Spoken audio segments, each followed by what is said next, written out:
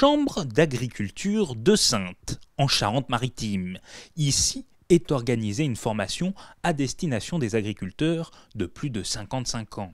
L'objectif, préparer la transmission de leur exploitation. Bonjour à tous, donc on entame notre deuxième journée de formation sur la transmission d'exploitation Je prépare et j'optimise.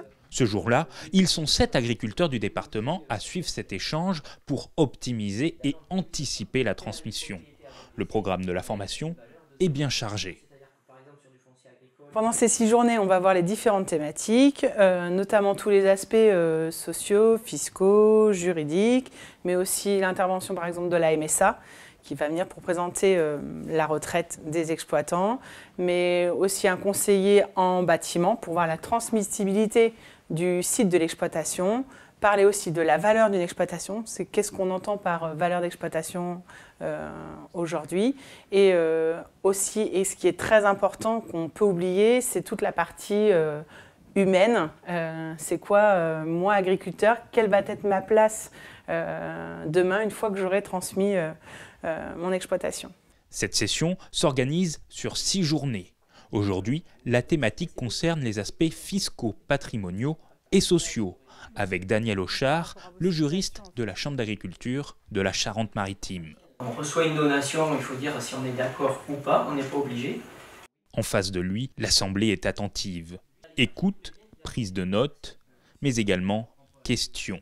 Bruno Bessaguet est l'un des agriculteurs qui suit cette formation.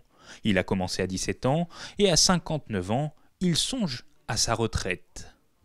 Il a pris conscience qu'il doit réfléchir à sa transmission. Le fait de s'être réellement inscrit, d'être réellement présent aujourd'hui à la formation, on se met vraiment en position de transmettre. Et là, on est bien obligé de voir que ça va vraiment arriver. Donc concrètement, ça aide à se positionner. On retrouve Bruno Bessaguet sur sa ferme, à Moragne, entre Saint-Jean-d'Angély et Rochefort. L'agriculteur, en élevage et polyculture, possède 140 hectares et des vaches limousines. Après la formation, c'est l'heure de donner du foin à ses protégés. Donc j'ai une vingtaine de mères et là c'est simplement des génisses qui ont juste 1 an. L'exploitation était en partie à son père. Il l'a acquise et développée. Les jours passent et les années aussi, donc effectivement, il faut que je réfléchisse après moi pour l'exploitation. Et puis j'ai 2 filles. Au début, il n'y en avait aucune qui était destinée à l'agriculture. Mais bon, j'étais encore jeune, j'y pensais pas. Et puis là, j'ai une fille qui est revenue à la terre, mais qui ne veut pas forcément reprendre l'exploitation telle qu'elle est aujourd'hui. Donc c'est une vraie question, penser à pouvoir transmettre quelque chose. Quand on a construit quelque chose pendant toute une carrière, on a envie de lui donner une voix. Et voilà, c'est pour ça que je fais la formation transmission d'exploitation, pour savoir tous les outils qui puissent exister et tous les moyens pour transmettre d'une façon ou d'une autre. Vendre, louer, installer un jeune, vendre à un autre agriculteur à côté pour qu'il s'étende ou pas.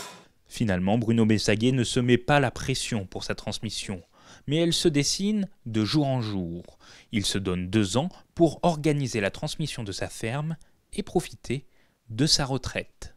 Nous, en fait, on conseille de commencer la réflexion sur la transmission 10 ans avant la cessation d'activité, d'où tout l'intérêt, effectivement, notre mot magique, l'anticipation.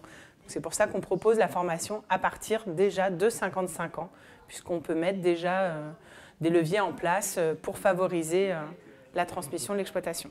À l'échelle de la région Nouvelle-Aquitaine, chaque année, ce sont plus de 40 formations comme celle-ci qui sont proposées à des agriculteurs en fin de carrière qui se rapprochent de la retraite.